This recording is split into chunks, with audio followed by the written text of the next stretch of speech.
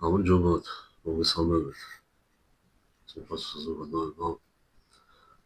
პირველ რიგში მინდა მადლობა გადავიხადოთ ჩვენი ძმის ლევან ჩაჩუას მიმართ ხარში ყოველთვის და მინდა თხოვნით მოგვართოთ როგორც მოვესწრებათ ეს საზღვარგარეთ არის იმყოფება და საზღვარგარეთ კურნალობს და ყველას მოვესწრება კარგად თუ რა დიდ თანხებთან არის დაკავშირებული საზღვარგარეთ კურნალობა და მისთვის თვითონ ესაც მნიშვნელობა აქვს და კიდევ ერთხელ ვთხოვთ თუ რაიმე შესაძლებლობა გვექნება გვერდში დავუთხეთ ჩვენს მას ლევან ჩაჩუას ის ჭირდება პირველ რიგში თავის ოჯახს თავის ახლობლებს და ჭირდება ჩვენს ქვეყანას მისი თავგანწირვა მისი ღირსეული მამულიშვილობა მისი ღირსეული ცხოვრება მრავალჯამი ყოფილიყოს მრავალსაც ჩვენი ქვეყნისთვისა ჩვენი ერისთვისა თითოეული ჩვენთანისთვის ჩვენ ძმას ლევანს მოსურვებ მალე გამჯანმრთელებას და საკუთარ ქვეყანაში მშვიდობით აბრუნებას კიდევ და კიდევ მადლობას გიხდით თანადგომისთვის და ყველა იმ აწეული სიკეთისთვის რასაც ჩვენი ძმის მიმართ გაიხდით მადლობელი ვარ ყველას ყველას მოგაგანის რაც შეეხება დანარჩენ ჩემს ვიდეო რგოლის მიზეზს ჩაწერის მიზეზს მინდა რამოდენიმე საკითხს შევეხო და შეიძლება ის დაგვარად პასუხი გავცე აქ არის საკითხები რომელიც წარსულში რაღაც წლების მანძილზე იყო დასმული კითხვები და მეტნაკლებად ვცდილობდი რომ კითხვებზე ვერძოთ მე პასუხი გამეცა თუმცა ქართული იდეა და ქართული იდეის წევრები არაერთხელ გასცემდა ვერსიულ პასუხს ამ კითხვას, მაგრამ ჩემეულად მინდა გავცე ამ კითხვის პასუხი. ალბათ ჩემი მხრიდან დროის სიწიფესაც ვერ ვდებოდი ამ საკითხებს მიმართებაში. ერთ-ერთი მთავარი კითხვა, რაც წლების მანძილზე წარსულში დაისმოდა ქართული იდეის მიმართულებით, იყო ესეთი კითხვა. რომ შემდგარიყო ქართული დიდი ერთობა, მეტნაკლებად ეროვნული ძალები გაერთიანებული იყო. ამის შესახებ არაერთხელ მოუწოდებდა ქართული იდეის თავმჯდომარე ბატონი ლევან ჩაჩუა. ყველა ღირსეულ მამულიშვილს და იმ ძალთა ერთობას, რომელიც მეტნაკლებად ეროვნულ მამულიშვილური აზროვნებით აზროვნებდა, რომ შემდგარიყო ეს ერთობა. წლების მანძილზე იყო მოწოდება ქართული იდეისგან და წლების მანძილზე სწორედ ერთ-ერთი მთავარი მიმართულება და მიზანი ქართული იდეის ეს იყო, რომ დიდი ერთობა შემდგარიყო. როგორც მოვეხსენებათ 2020 წლის სრული არჩევნების 2024 წლის არჩევნების მის შედგა ეს ერთობა ღვთისმაგი და წყალობით და როგორადაც შევძელით ამ ერთობიდან გამომდინარე ვიბრძოლეთ იმისათვის, რომ ხელისუფლებაში, კერძოდ პარლამენტში მართლ სტრუქტურებში ხელისუფლების მოსულიყო ღირსეული მამულიშვილები. მეტნაკლებად შესაძლებლობა იქნებოდა იმისა, რომ უფრო მეტი სიკეთე და საქმე გაკეთებულიყო ჩვენი ქვეყნის საზნეობისთვის, ჩვენი ერისისთვის, მაგრამ მიუხედავად ამისა, რომ შედგა ეს ერთობა, შემდეგ ისმოდა ესეთი კითხვები, რომ რატო გაერთიანდა ქართული იდეა პატრიოტთა ალიანსთან, კონსერვატორებთან, რატო ცალკე არ მიიღეთ მონაწილეობა. იცით რა ბატონებო, მინდა იმ ადამიანის მიმართ, ვისაც კიდევ ეს კითხვები აწუხებდა და რასაც აწუხებს. მიზეზები არასდროს არ დაილევა რა. ვისაც ბრძოლა სურს თავისი ქვეყნისთვის და სიკეთისთვის, ის ეძებს გზებს ამ ბრძოლაში.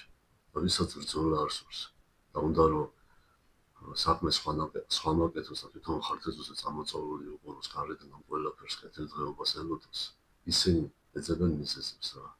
იმისათვის რომ ამ ღირსეულ ბრძოლაში არ ჩაერთო. ქართული იდეა მეტნაკლებად ცდილობდა და ცდილობს და ყოველთვის ეცდება, რომ ეს ბრძოლა ღირსეულად განვრცოს და იბრძოლეს ბოლომდე. რა შესაძლებლობაც ექნება და რა არიანიც ექნება ამის όλისა. გამომდინარე აქედან მიზეზები არასდროს არ დაელევა იმ ხალხს კიდევ გამიორდები, ვისაც არ უნდა ბრძოლა და ის ყოველთვის ცდილობს რომ ბრძოლას თავი აარიდოს. მე მადლობას გადავხდი უნივერსალურ ქართველებს, ვინც დღემდე ერთგული არის მარადეული ფასეულობებისა და ერთგული არის იმ ადამიანებისა, ვინც ცდილობს, რომ მარადეული ფასეულობების სიცოცხლის ფასად დაიცვას. დღევანდელ მოვლენებთან დაკავშირებით კიდევ რამოდენიმე კითხვი არსებობს. დაისვა ესეთი კითხვები, რომ რატო არ ჩანს ეროვნული ძალები, თუნდაც იმ მოვლენებთან დაკავშირებით, რაც ახლა ქვეყანაში ხდება. ჩვენ ვხედავთ, რომ აქტიურად მიდის ჩანაცვლების პროცესი. ეს ის პროცესი არის, რაც სამწუხაროდ ყველაზე მეტად ამართლებს ერის დეგრადირებისთვის რა. ჩვენ როგორც გვახსოვს წარსულ ისტორიაში პერიოდის მომენტი, სადაც ჭახაბასმა 300,000 ქართველი აასახლა, ქართული მიწა-წყლიდან გადაასახლა პერიოდში და მის ადგილას სხვა უცხოტომელები ჩაასახლა. ჩვენ მეცეთ საინგილო ძველი ჰერეთი ამ პროცესში აქტიურად მოეცა. ეს აგერ ხედავთ უკვე არა მარტო თქვათ იგივე ლორე ტაშელი, საინგილო, არამედ დარჩენილი საქართველო, აფხაზეთი, ცხინვალი, დარჩენილი საქართველოში უკვე არაბები, პაკისტანელები და ირანელები და რა ვიცი, რამდენი უჩვეულო უცხოტომელი არის მასიურად ჩამოსახლებული და მასიურად მიდის ქართველი ხალხის გადინება იმიგრაციაში, გამომდინარე იმ ვითარებიდან, იმ ციდოხჭერიდან, რაც ქვეყანაშია და იმათ ხარჯზე უცხოტომელები მოდიან და კეთილდღეობენ ჩვენს ქვეყანაში. და ეს ვისი ბრალია, შემოწმებოდებო ქართველებო. მე გამეორდები მიზეზებს, რამოდენიმე მიზეზს, არ მინდა რომ თავი შეგაწყინოთ, უბრალოდ ეს ძალიან დიდი ტკივილი არის ჩემთვის და ყველა მისეული ქართველისთვის, ვისაც უყვარს ქვეყანა და საწუნოება და თავისნიერი. რამოდენიმე მიზეზს გამეორდები ჩვენი დედა ეკლესიის პასუხს გავემეორებ ამის რა არის ამის მიზეზი რა ამ ყველაფრის. პირველი არის ის, რომ დემოგრაფიული მდგომარეობა არის კატასტროფულად. უკუსრეთ მიდის ყველაფერი და რამდენჯერ მოუწოდა დედა ეკლესია ქართულ ოჯახებს, ქართველებს, რომ ნუ ვიქნებით საკუთარი შვილის მკვლელები. ჩვენი ხელით, ჩვენი ნებით ვკლავთ ჩვენს მომავალს. ეს ხო ფაქტია, სამწუხარო ფაქტია. 10,000-ობით ოფიციალური აბორტი არის რეგისტრირებული და არაოფიციალური ალბათ 100,000 უფრო მეტიც და შეიძლება მეტიც. ეს ფაქტი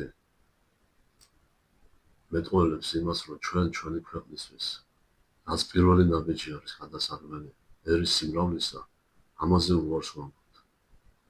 ამას მოყვა, რასაც ხელი შეუწყო ამ ხელისუფლებამ ნარკვევი ლეგალიზაცია, რომელზეც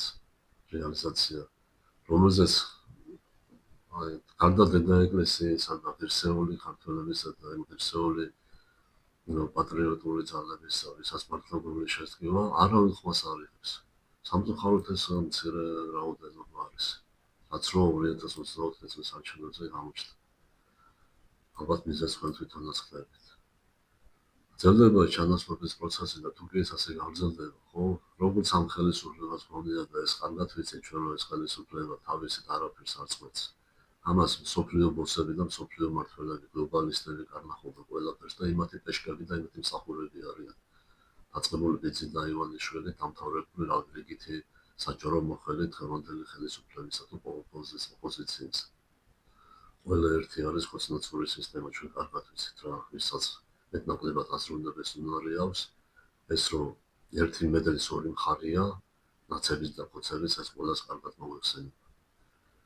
მიუხედავად ამისა, რომ დედა ეკლესია მოგვიწოდეს, რომ გამოვხიზეთ, გამოვიღვიძოთ ქართველებო, სწორი ნაბიჯების დავიწყო ცხოვრება, სწორი ცხოვრება დავიწყოთ. მაინც სურს ვახსენებ, როგორც წმინდა ელია მართალი თავის პერიოდში ბრძანებდა და გულის ტკივილს გამოხატავდა, ესე გაიძახო და მე თქვენ გავიძეთ სინარი ქართველებო, თქვენ კი მეორე მხარეს ბრუნდებით და მაგინებთ. მომყალით ელია. არ მოусმინეთ სულიერ ლიდერებს, როგორც იყო წმინდა გაბრიელ ხოცე და ბევრი მრავალი. დღემდე დედა ეკლესია უკვე ჩვენი უწმინდესის უძლიერესი ქართველის უძლიერესი სასულიერო იერარქიის ღვაწლმოსილებას არ ვცემთ პატივს, არ ვჯერებთ და ვრინდა და ველოდებით რაღაც სასწაულებს. არ მოხდება სასწაულები, თუკი ჩვენ თვითონ არ გამოვხიზდებით და თითო აგურის დაშენება ჩვენ არ დავიწყებთ თითოეული ქართველი. არაფერი არ შეიცვლება. ჩვენზე არის დამოკიდებული ჩვენი არის კეთილდღეობა. რამდენად ჩვენ მოვინდობთ და რამდენად თავსხამწირავთ ჩვენი არის კეთილდღეობისთვის. დანარჩენ მსოფლიოში რაც ხდება, მიუხედავად გლობალისტური ეპოქა დგას, მაგრამ სხვათა შორის რამოდენიმეჯერ ის მომესმე ესეთი კითხვა პირადად იმაში სოციალურ ველში პირადად მიმოწერებშიც ამის ესეთი პასუხის ესე გამცეს, რომ რა დროსო პოლიტიკა და რა დროს პოლიტიკური მოღვაწეობა არისო, ქვეყნიერება უნდა დასასრულისკენ მიექანებოდა. გადალუცვილებო ყოველდღიურად როცა ვიღვიძეთ, ხო, ყოველდღიურობა არის ჩვენი ბრძოლის არეალი. ის პლაცდარმი არის, სადაც ისიკეთე უნდა ვაკეთოთ. და ის უნდა ვაკეთოთ, რაც ჩვენი სული ცხოვრებისთვის არის აუცილებელი და მეორედ მოსვლა არავინ არ იცის როდის იქნება. გარდა უფლისა, რა როგორც უფალი ბრძანებს ახარებაში, იმ დროისა და იმ ჟამის შესახებ არავინ არ უწყობს გარდა მამისა. და ყოველდღე არის ჩვენთვის, როცა გამდება და ვიზიდოთ მეორედ მოსვლა, ხვალე გავიბიზეთ თუ არა ეს არავინ არ იცით რა. და ჩვენ დღევანდელი საკეთებელი რაც გვაქვს, ის უნდა გავაკეთოთ. ჩვენ დღევანდელ საკეთებელს მოგვითხოვება პასუხი. მოგვითხოვება ჩვენი ოჯახის სიწმინდის დაცვაზე. თუ როგორ ბრძოლოთ, რას ვაკეთებ ჩვენი ოჯახისთვის, ჩვენი ქვეყნისთვის, რაც თავარია, ჩვენი სარწმუნოებისთვის რას ვაკეთებ. ამ ყველაფერთვის მოგვითხოვება ჩვენ ქართველებო და ამ ყველაფერს ჭირდება ღირსეული ცხოვრება და ღირსეული ნაბიჯები და ღირსეული პასუხი ჩვენი ცხოვრებით. ხედავთ სამწუხარო ფაქტებს, იყიდება მიწები, იყიდება საქართველოს წიაღისეული უკვე წლების მანძილზე იყიდება საგრესი იგვასოს, რომ უძმინესეს არაერთხელ მოწოდებისა ააფეთქეს ამ ხელისუფლების მესვეულებმა და მათმა ბოსმა, ესე ვთქვათ, ბიზნა ივანიშვილმა და უკვე რამდენი წელია 7-10 თქმის, ან 8 წელია შეიძლება 10 წელიც იყოს, რომ სულთანს აღარ მახსოვს. გაედინება ძვირფასი ლითონი ჩვენი ქვეყნიდან, რაც მილიარდობით დოლარის საფასურია უკვე. იმის ფონზე თუ რამდენი მილიარდი დოლარი გააქვსო საგარეო ვალი და ჩვენს ქვეყანას და საშვილთაშვილო ვალი არის ეს და 10 ჩინიმაზე მეტი უკვე ჩვენი ქვეყნიდან არის გატანილი. ესეც ამ ხელისუფლების ამსახურება არის. რაც შეეხება ახლა იმ კითხვას ჩვენ ვაგრძელებთ თუ არა არჩევნებში მონაწილეობას, ვაგრძელებთ თუ არა ბრძოლას. მიუხედავად იმისა, ჩვენ არჩევნებში მივიღებთ მონაწილეობას, არ მივიღებთ რომელი პოლიტიკური პლაცდარმი და პოლიტიკური ველით გავაგრძელებთ ბრძოლას, მე ესე პასუხს გავცემთ რა, ჩვენ ყველა ძალას და ყველა საშუალებას გამოვიყენებთ სწორს, რა თქმა უნდა და მართებულს და ჩანსას, რაც იქნება საჭირო ჩვენი ქვეყნის, ჩვენი ერის და ჩვენი სარწმუნოების დასაცავად. ქართული იდეა ყოველთვის ამას ემსახურებოდა. დანარჩენი რაც შეეხება იმ მომენტსაც, რომ ამ ბოლო პერიოდებში ხდება, კი ვხედავთ ჩვენს ეკონომისტურ მთავრობას, როცა ჭირდებათ მართლმადიდებლები არიან, როცა ჭირდებათ მე არავის სარწმუნოებას არ ვეხები, უბრალოდ თუ კი ვარ მართლმადიდებელი, ვარ მართლმადიდებელი და არავით არის სხვა დანარჩენი. მე ყველა კონვენციის ადამიანის პატივს მივაღებ, მაგრამ ყველა რელიგიურ მიმდინარეობაში მე არ ვფიქრობ მონაწილეობას, მე ვარ მართლმადიდებელი და დავრჩები სიცოცხლის ბოლომდე მართლმადიდებელი და მარადშა. და ჩვენ მთავრობას კი ვხედავთ, დაჭირდებათ ეკლესიაში ემდებენ სანთლებს, დაჭირდებათ მეჩეთში მიდიან და ბაირამს ულოცავენ და დაჭირდებათ სინაგოგაში შედიან და იქაც სანთელას ანთებენ. ეს უკვე ეკუმენისტურ სატანისტური მიმდინარეობა არის და არა მართლმადიდებლური სწორი პოზიცია. და მე უბრალოდ ამით მინდა რომ თვალი აუხილო იმ ადამიანებს, ვინც დღეს კიდევ მეხუთბეებად რჩებიან ამ ხელისუფლებისა რა. და არა მარტო ამ ხელისუფლებისა, რომლებაც თავის დროზე რეამინაცია მოუწეს ნაციონალურ მოძრაობას და დღეს თითქმის უმრავლესობა პორტირებული არის ხელისუფლებაში, მოქმედ ხელისუფლებაში, ნაციონალებიდან დაპორტირებული ხოცები არიან დღეს ხელისუფლებაში. ეს ხელისუფლება და ის მეთაური ყავთ მე ბიზნა ივანიშვილის ყავსყდელობაში, რომელიც ზუსტად ნაციონალური სიცხლიანი რეჟიმის პირველი და მთავარი დამფინანსებელი იყო.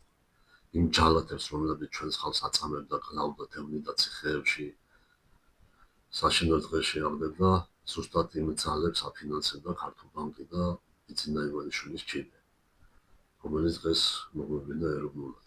და მათი დამქაშები, წყავს კობახიძე, ხარიბაშვილი და ასე შემდეგ, ყველა ვიცით, ახლა მას აღარ ჩამოვიდა და დროს აღარ დავგახ. კიდევ ერთი მთავარი საკითხი, რომელსაც მინდა შევეხო, მეუფე გიორგი ჭანდელიანთან დაკავშირებით, ესეც ერთ-ერთი გამოვლინება ამ ხელისუფლებისა და მინდა ვთქვა, რომ არ არის დაფარული, რომელიც არ განცხადება და იდუმალი, რომელიც არ შეიცნობა. მიუხედავად ფაქტის სახეზე არის, ფაქტი ჭიუტი არის და მე მეუფე გიორგის უცხადებ თანადგომას სიცოცხლის ფასად მე მის გვერდით ვიქნები და არა მარტო მე, ყველა ღირსეული ქართველი, ჩვენი თანამებრძოლები, ვისთვისაც ვიფასი არის ღმერთის სამშობლო ადამიანი, ყველა დედა ეკლესიის და მეუფე გიორგის გვერდით ვიდებით.